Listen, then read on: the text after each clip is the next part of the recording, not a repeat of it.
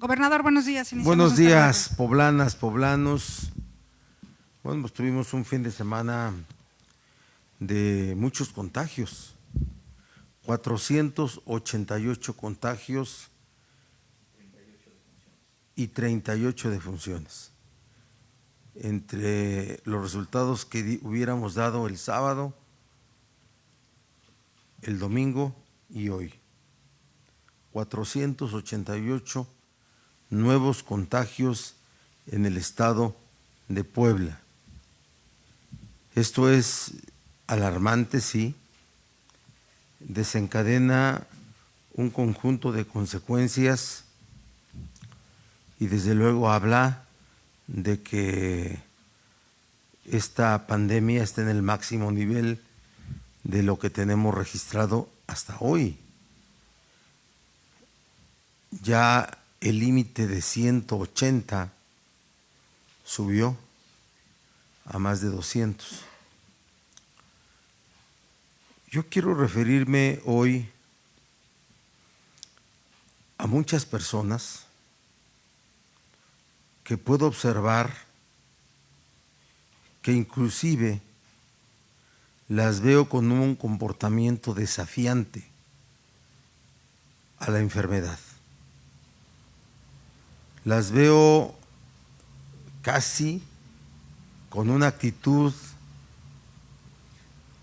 del desafío a decir, si me contagio, ya me tocaba. Y eso habla de un asunto muy complejo en el comportamiento social y personal, porque eso seguramente genera más peligro, más riesgo para la familia, para toda la sociedad. Reconozco la necesidad de muchas personas de salir de su casa y de verdad lo veo como una realidad muy fuerte. Las personas que tienen que salir a buscar la forma de vida. Es el momento más crítico que estamos viviendo.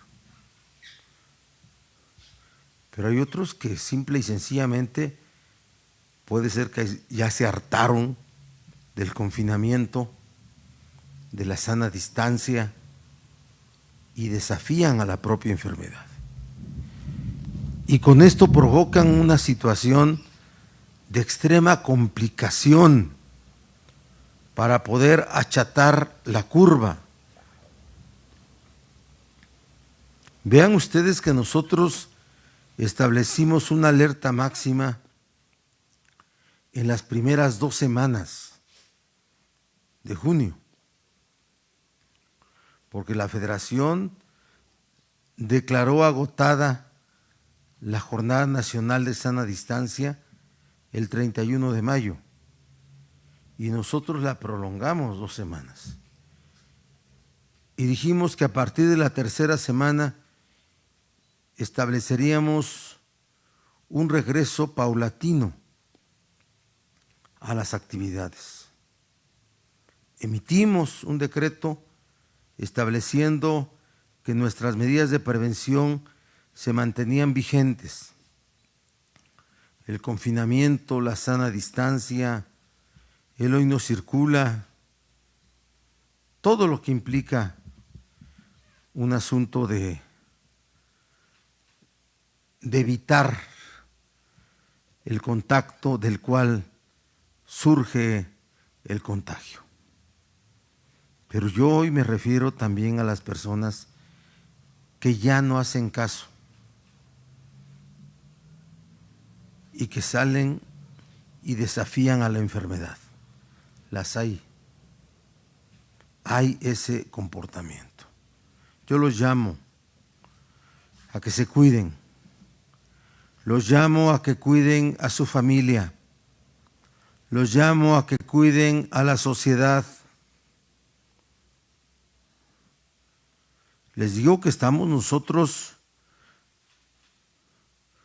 fortalecidos y fortaleciéndonos para atenderlos. Que no se tarden en llegar a los hospitales, que no se tarden. También hay casos de personas que aun cuando tienen síntomas no se quieren hacer la prueba. O además no quieren recibir atención médica. Esa cultura del yo me curo solo, a mí no me pasa nada. No, el COVID es de a de veras. Y si no se atiende puede provocar la muerte. Si se atiende, no. Si se atiende, no provoca la muerte.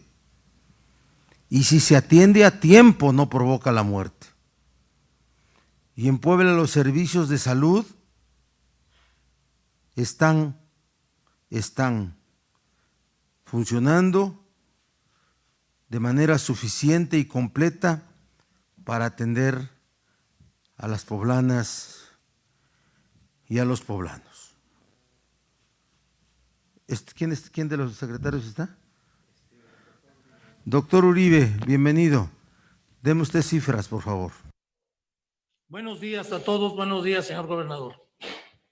Como usted ya lo mencionó, el fin de semana se acumularon 488 nuevos casos, los cuales se distribuyen de la siguiente manera.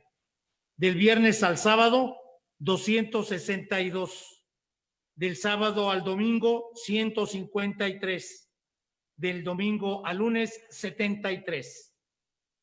Suman 488 más en comparación con el día viernes. Estamos ahorita procesando 160 muestras en el laboratorio, de las cuales probablemente cuando menos la mitad sean positivos para mañana, señor. En relación a municipios afectados, suman 8 más, dando un total de 134 municipios afectados, de los cuales en este momento 76 de ellos tienen casos activos, señor. Gracias, doctor. ¿Cómo estamos en el caso de los fallecidos? Una descripción rápida, y me interesa mucho saberlo para que veamos la respuesta de desahogo de los trámites de las personas fallecidas. Adelante, doctor. Sí, señor, buenos días a la prensa, a su auditorio. Se están reportando al día de hoy 17 defunciones más, lo que hace una diferencia con respecto al viernes de 38 defunciones, con respecto a lo que se reportó el viernes. Estas 38 defunciones están distribuidas prácticamente varios municipios. De ellas, las últimas 17 reportadas, aquí las tenemos ya en lista.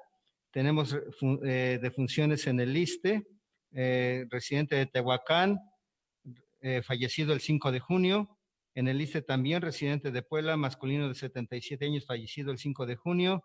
En el Hospital General de Cholula, residente de Huejotzingo, masculino de 42 años, fallecido el 5 de junio.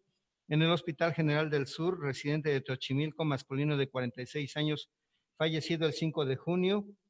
El 6 de junio fallecen en el Iste, residente de Puebla, masculino de 54 años. En el Hospital General de Izúcar, residente de Huejotzingo, masculino de 51 años. También allá en el Hospital General de Huejotzingo, residente de San Martín Texmelucan, masculino de 39 años.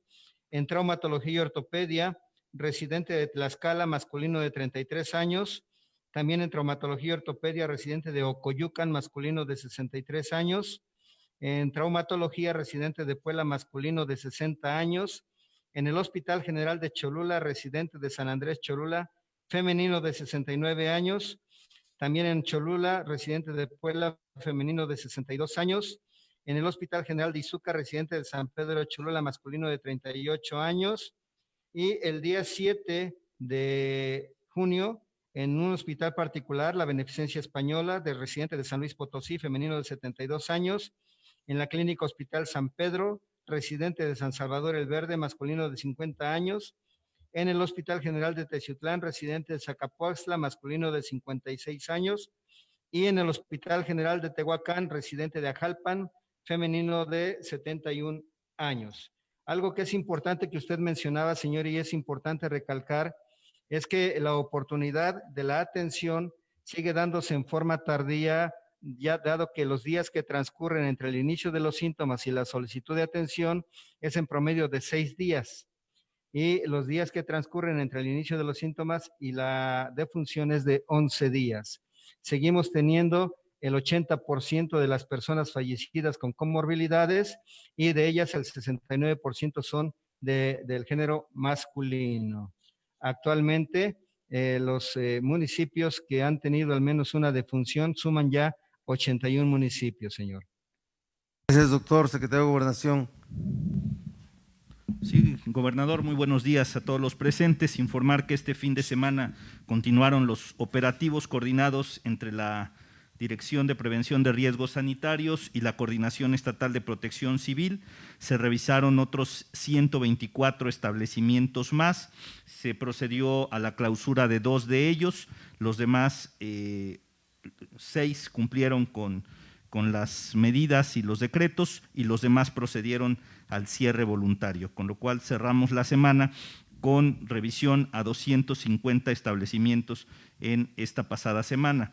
Y en el seguimiento que llevamos de las poblanas y poblanos en el exterior, se suma una poblana más, una mujer de 58 años, quien se encuentra varada en Quito, Ecuador, a cual ya se le está dando la asistencia, y se confirman este fin de semana 2 fallecimientos, uno de un masculino de 46 años, oriundo de Tepexco, quien falleció en Brooklyn, Nueva York, y un masculino de 58 años, oriundo de Atlisco, quien también fallece en esa misma localidad, dando ya un total de 165 migrantes poblanos que han fallecido en el extranjero.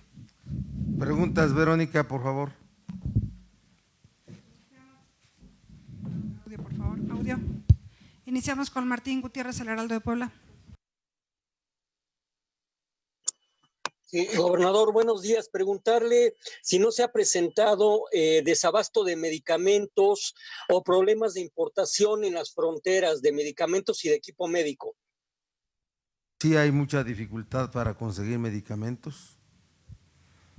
Eso fue inclusive previo a la crisis del coronavirus, ¿sí? Es un asunto mundial. Y después con el coronavirus hay una razón que parece lejanísima, pero es real. El cierre de las fronteras en la India, porque la India es el país que más insumos para la elaboración de medicamentos produce. La India produce más insumos que cualquier país del mundo. Entonces todas las farmacéuticas del mundo están teniendo muchas dificultades, y no solamente para los medicamentos COVID, sino los medicamentos en general, los medicamentos oncológicos. O sea, eso es parte de una presión que tenemos. Entonces, por eso es las dificultades. Y claro que la gente tiene necesidad de atención médica y nosotros lo hacemos y entendemos todas las acciones ya legales que ahora promueven. Ahora hay despachos de abogados que cobran dinero a los enfermos hospitalizados para recibir medicamentos, ¿sí? Les cobran. Así son los abogados. Sí, así son los abogados. Entonces, y nosotros atendemos todo, No es un asunto de falta de voluntad, es una crisis mundial de suministro de medicamentos. Carlos Cosat, MTP Noticias. Buenos días, gobernador. Si bien es cierto que usted señala de que existe una desobediencia social ¿cómo considerar las palabras del propio presidente cuando ha manifestado que está bien con nuestra conciencia? No mentir, no robar y no traicionar. Eso ayuda mucho para que no dé el coronavirus. Preguntarle su opinión a usted acerca de esas palabras del presidente. También preguntarle si nos puede pues precisar o comentar las irregularidades que se dieron dentro del hospital de Cholula, de acuerdo a la familia del preso que murió este pasado viernes. Ellos dicen que durante su estancia, bueno, derogaron alrededor de 12,000 o 15,000 pesos en medicamentos y, bueno, los restos de esta persona ya fueron entregados el día de ayer. Gracias. Pero pregúntame, precísame la primera parte de la pregunta, porque no la comprendí, por favor. Sí, gobernador, su opinión acerca de las palabras del presidente, disculpe, sobre no mentir y no robar y no traicionar, que esto ayuda mucho para que no dé el coronavirus.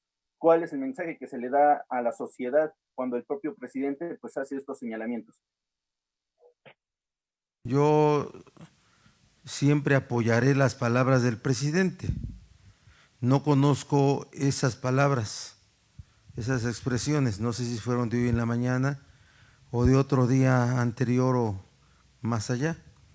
Pero yo nunca me deslindaré de las palabras del presidente. Yo soy un Andrés Manuelista puro, ¿de acuerdo? Y yo apoyaré siempre lo que diga el presidente de la República. ¿Qué otra parte? A ver, el secretario si los doctores tienen información, yo no tengo información sobre la persona fallecida en el hospital de San Andrés, de la cual es el contenido de la pregunta del reportero. ¿Tienen ustedes? No, señor, no tenemos la información reportada hasta el momento. La solicitaremos de inmediato. A ver, que te la dé Verónica en un ratito más, por favor. ¿De acuerdo, Verónica? Sí, señor. Perdón por no tenerla, ¿eh? Patricia Méndez, se consulta. Buenos días a toda la mesa, gracias.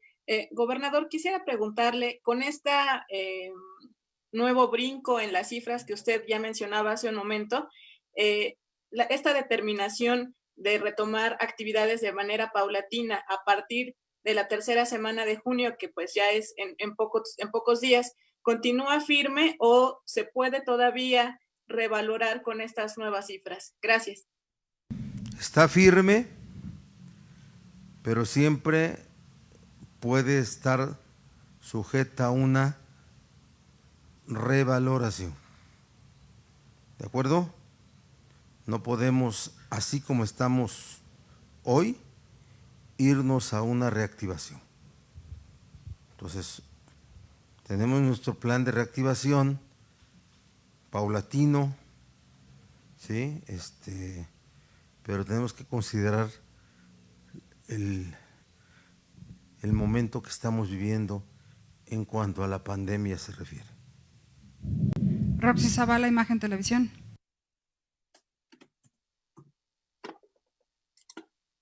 Buenos días. Mi pregunta sería para el secretario de Salud. Doctor, nosotros como medio hemos percibido que hay un poco de confusión e incluso desconocimiento por parte de las personas que en algún momento llegan a tener un familiar con síntomas de COVID, en especial con falta de respiración. A nuestro medio nos llama gente, nos dice que han recorrido algunos hospitales públicos, hospitales privados y no les reciben a sus pacientes. Le pediría por favor que me explicara detalladamente el paso a paso que debe seguir una persona con un familiar que tiene falta de respiración, a dónde debe ir en primer lugar, cómo sabe si sí van a recibir a su familia. Muchas gracias. Bien. La falta de respiración o dificultad respiratoria puede ser leve, moderada, severa. Una leve es cuando subes escaleras 3, 4 pisos, aún estando sano, y te falta un poco la respiración. La severa es cuando te dificulta ya francamente el respirar, el peinarte, el caminar, el bañarte, incluso estando sentado, estando acostado, te cuesta trabajo respirar. Esa es la dificultad respiratoria severa. ¿Dónde atenderse? En el estado hay ya desde hace varios meses hospitales COVID y en el área metropolitana, se ha dicho aquí de manera repetida, nosotros tenemos en la Secretaría ya varios hospitales COVID, Cholula, Traumatología, Huejotzingo, incluso pueden ser valorados de inicio en el Hospital del Sur, en el Hospital del Norte.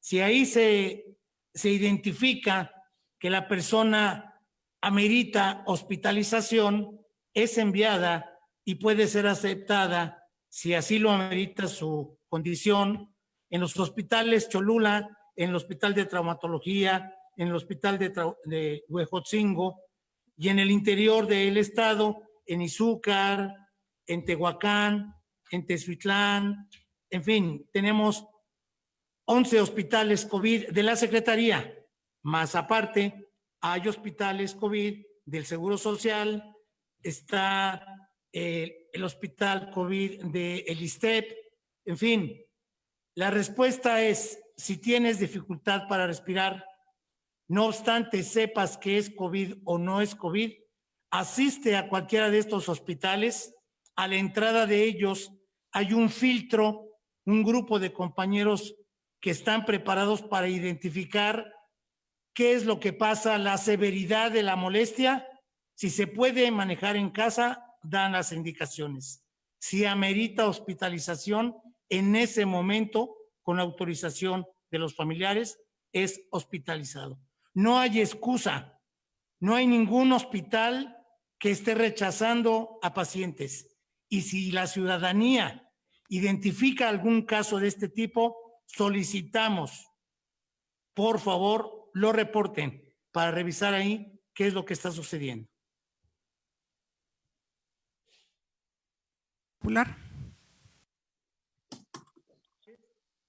Gracias, buenos días a todos los de la mesa.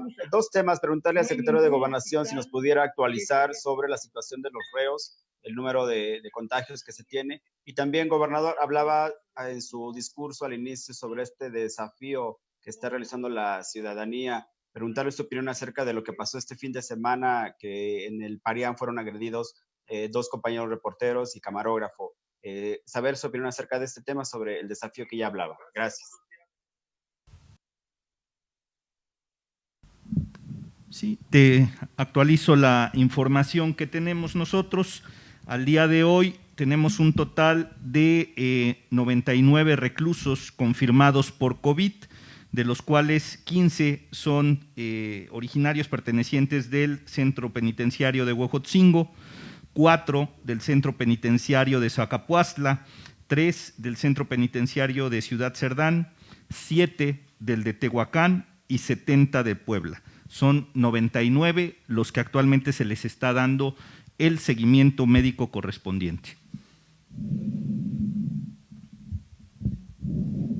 Bueno, sin duda nosotros repudiamos los hechos ocurridos ahí en la zona de restaurantes, ¿verdad? De venta de artesanías en el Parián, y la agresión hacia una periodista, reportera, y su camarógrafo. Eso es lo que nosotros de entrada decimos. Cuídense ustedes, muchachos, los periodistas, los reporteros. La noticia no se va,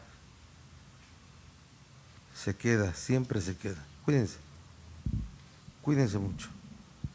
Me preocupé por ustedes cuando estaban pendientes de la negociación con los policías paristas, que había muchísimo periodista, me decía, cuando al final la nota iba a ser un acuerdo que se les iba a entregar a ustedes. Cuídense mucho. Y repudiamos la agresión. ¿Cómo se llama la reportera? Itzel Valencia. Alejandro Rodríguez, su camarógrafo. Y del camarógrafo. Alejandro Rodríguez. Debieran presentar denuncia. Ellos, ¿sí? Es lo que opinamos. Cuídense. Terminamos esta parte de la rueda de prensa. Vamos a dar inicio a la segunda fase con preguntas que no tienen que ver con el tema COVID. Iniciamos. Alejandra Olivera, Oro Noticias.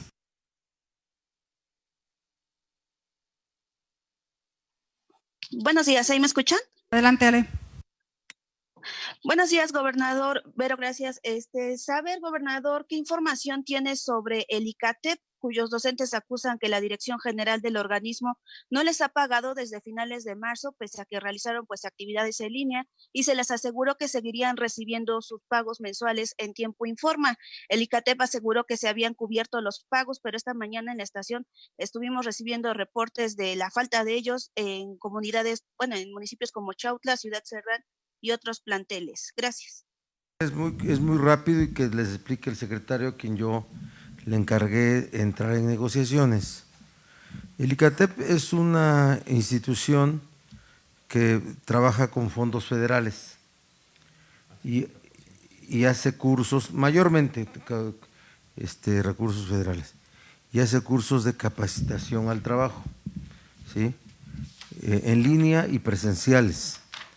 Y entonces los cursos en línea se pagaron y los presenciales de parte de la federación se dijo que no se pagaran, porque no se habían dado, no se habían impartido.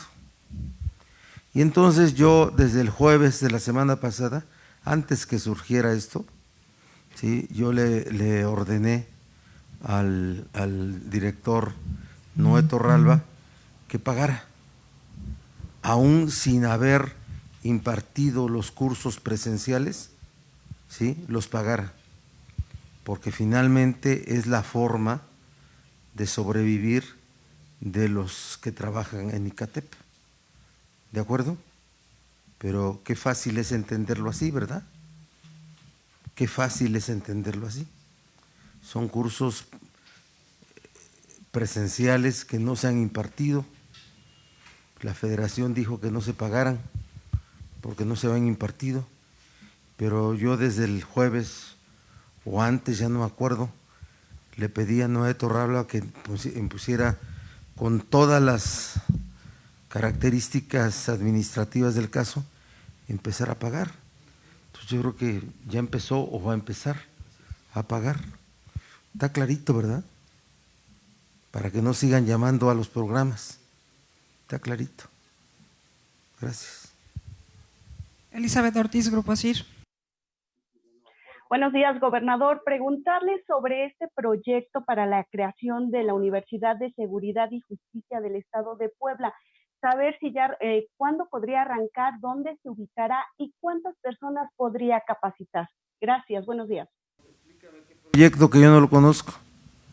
Gobernador, bueno, pues hace unos días, hace unas semanas, a través de su cuenta de Twitter mencionaba sobre este proyecto donde pues daban a conocer sobre esta capacitación de los integrantes de los cuerpos policiales, que pues mencionaba que la Universidad de Seguridad y Justicia del Estado de Puebla dará mejores capacidades para combatir el delito y garantizar. Revisar ese Twitter que nunca me enteré de que lo subí yo en mi cuenta, pero no hay tal proyecto de universidad de seguridad pública, ¿eh? Cursos hay permanentes, pero en un Twitter mío donde hayamos dicho que vamos a hacer una universidad de seguridad pública para capacitar a los elementos de seguridad, no lo conozco, lo voy a revisar.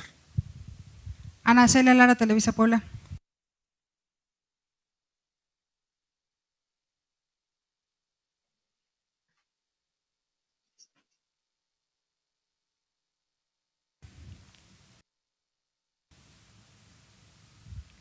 Hugo Sánchez, 5 Radio.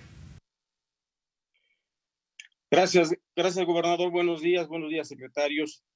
Gobernador, la pregunta que le traigo a la mesa este día es respecto al avance en el proceso de recuperación de las patentes notariales. Ya ha comentado usted. Muy buenos días a todos, gobernador, secretarios. Tengo dos. Un segundo, Ana Celia, porque se fue tu audio, entonces le damos oportunidad a Hugo y después regresamos contigo. Gracias nuevamente, Vero. Le preguntaba al gobernador sobre el avance que hay en el proceso de recuperación de las patentes notariales. Usted ya había comentado que algunas se han regresado de manera voluntaria, sin embargo, hay resistencia a hacer otras quienes fueron beneficiados en pasadas administraciones. ¿Cuántas tienen amparo, gobernador? ¿Cuántos de estas personas tienen amparo y contra cuántos hay un proceso administrativo y sobre todo penal por la falsedad de declaración y uso de documentos falsos o falsificados? Y otro de los temas, el pasado viernes, gobernador, la diputada de la Ciudad de México, Alessandra Rojo, denunció en redes sociales hechos violentos contra mujeres, principalmente de una persona de apellido Forcelledo. Vimos que usted en el Twitter comentó que, por supuesto, el gobierno iba a atender este llamado. La pregunta es, ¿ya tomó en sus manos, gobernador, este tema para indicar o para girar indicaciones que se indague sobre todo esta persona que además está relacionada con arrancones de autos aquí en la ciudad? Muchas gracias. Bueno, decirte que efectivamente de las 29 notarías,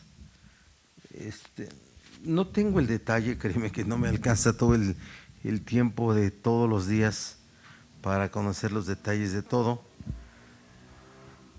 Parece que una notaría sí tiene patente, porque el origen de todo esto es que estas notarías están funcionando sin la existencia del decreto que las crea. Sí, porque los pongo en contexto para que ustedes tengan mayor información. Eso lo hemos dicho repetidamente. El gobierno de Moreno Valle no expidió el decreto de creación de las 29 notarías. No expidió el decreto de creación. ¿Sí? Entonces simplemente las notarías las pusieron a funcionar sin el sustento legal para ello. Entonces es un asunto que lo heredó el gobierno de Gali y se volvió un escándalo, seguido por muchas investigaciones periodísticas de muchas gentes, y lo heredó el gobierno interino, igual no lo tocó, y lo heredé yo, y yo tenía que dar una posición, porque no pueden existir 29 notarías sin decreto de creación. ¿Qué significa tener decreto de creación? Sale una convocatoria pública dirigida a abogados para que reúnan tales requisitos, hagan tal examen, y una vez que reúnan requisitos y aprueben su examen, ¿sí?, pasen todo, y entonces el gobierno del estado expide un decreto de creación de las notarías. Pues no lo hicieron. ¿Por qué no lo hicieron? Es una pregunta sin respuesta, así como cuando se pregunta, tan obvia, tiene muchas respuestas obvias, ¿no? Pero parece como si estuviera hecha para el mundo de la farándula, ¿no? Y vienen las 8 columnas de las columnas de farándula, ¿sí? Nunca se supo. Pues así pasó. ¿Saben qué pasó? ¿Cuál es la única explicación que yo me doy? Fue deliberado el hecho de no expedir los decretos de creación. No fue un olvido, no fue una omisión, fue deliberado. Para tener a los 29 aquí, tomados de su puño, del puño del poder, porque ese poder iba a estar para siempre en Puebla. Y así ocurrió. Entonces mi obligación como titular del Ejecutivo era iniciar el procedimiento de cancelación de la patente. Es lo que yo hice.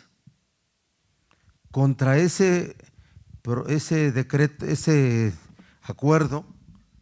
Contra ese acuerdo, algunos interpusieron amparo, 12. Y otros 18 llegaron a un acuerdo con la Consejería Jurídica y ya entregaron o están por entregar sus protocolos, sus sellos, todo. Faltan 12. Contra esos 12 que tienen amparos, pues se desahogará el amparo, ¿sí? Se terminará el procedimiento de cancelación de la patente y muchos de ellos falsificaron documentos, ¿sí? Con los cuales acreditaron tener las condiciones para ser notarios.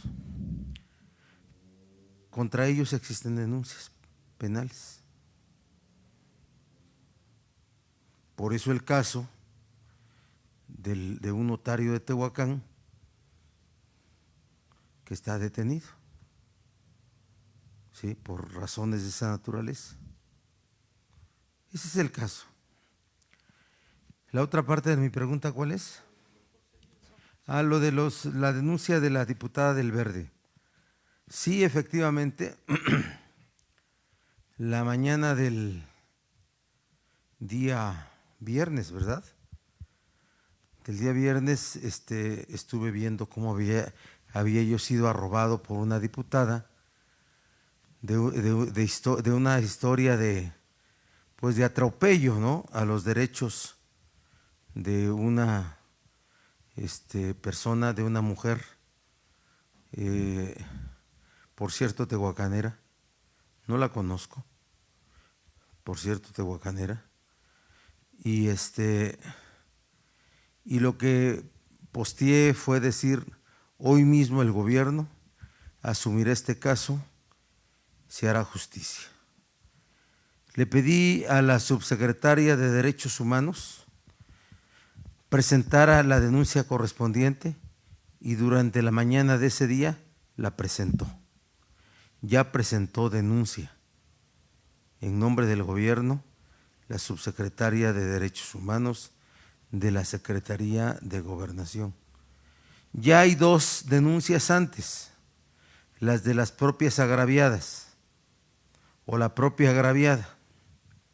Entonces, ya se están aportando pruebas, ya se están haciendo diligencias y pronto la Fiscalía General del Estado determinará si ejercita acción penal o no en contra de quien es hoy señalado presunto responsable. Es lo que te puedo decir. Ahora sí, regresamos contigo, Ana Celia Lara. Gracias, muy buen día, gobernador, secretarios. Mi pregunta va en este sentido. Hoy en Televisa Puebla dimos cuenta sobre los arrancones que se están haciendo de nueva cuenta en vialidades estatales y también municipales, esto pues por parte de algunos jóvenes que son conocidos como juniors. Y es también un desafío a la autoridad, gobernador, ¿qué acciones se tomarán para evitar esto? Porque hay quejas ya ciudadanas respecto a esto que ocurre principalmente los fines de semana. Gracias.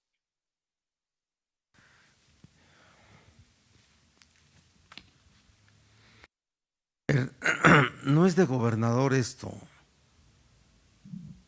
es un asunto de vialidad.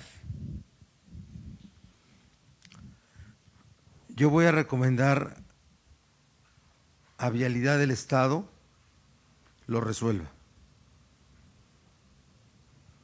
Así voy a dejarlo. No me quiero meter en cuestiones de vialidad como gobernador. Créame,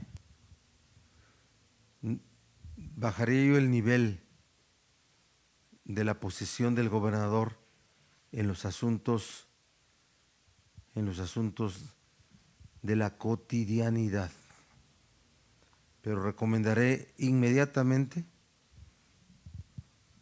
a los órganos que regulan la vialidad, tanto de la Secretaría de Movilidad y Transporte como la Secretaría de Seguridad Pública, que lo resuelva. Última pregunta, Yasmín Curiel, Intolerancia. Gracias, Vero. Buenos días, gobernador. Pues yo quisiera preguntarle acerca de un tema que llama la atención. Resulta que Eukip Castañón fue acusado probablemente por el delito de extorsión. Sin embargo, bueno, ya la semana pasada fue notificado de manera formal de lavado de dinero. Esta pena o este delito podría alcanzar hasta 15 años de prisión. A mí me gustaría saber su opinión respecto a este tema, gobernador. Incluso, bueno, ya han manifestado algunos trabajadores de la empresa Solución Total Consultores que pues están enojados ya por la falta de pago de sus quincenas debido a todo este conflicto que presenta pues uno de los más cercanos al exgobernador Rafael Moreno Valle Rosas y quien incluso también cometió el delito de espionaje. Gobernador, quisiera preguntarle su opinión. Gracias, buenos días. Quiero decir que todas las empresas debieran de desarrollar actividades lícitas, ¿no? No sea que al rato el gobierno tenga que pagar las quincenas de la empresa de Eukip Castañón. No se vale. ¿Cómo se llama? No, decirte que hoy, hace unos minutos, el señor Castañón fue vinculado a proceso en una segunda causa por el uso de recursos de procedencia ilícita. ¿Sí? Entonces, no solamente es el tema de la extorsión, ¿sí? Es el tema de ya una causa más de haber hecho operaciones con el uso de recursos de procedencia ilícita. Y bueno, yo no quiero decir más, pero ese señor hizo mucho daño, mucho daño, mucho daño acá en Puebla. Es todo, señor. Gracias. Muchas gracias, buenos días.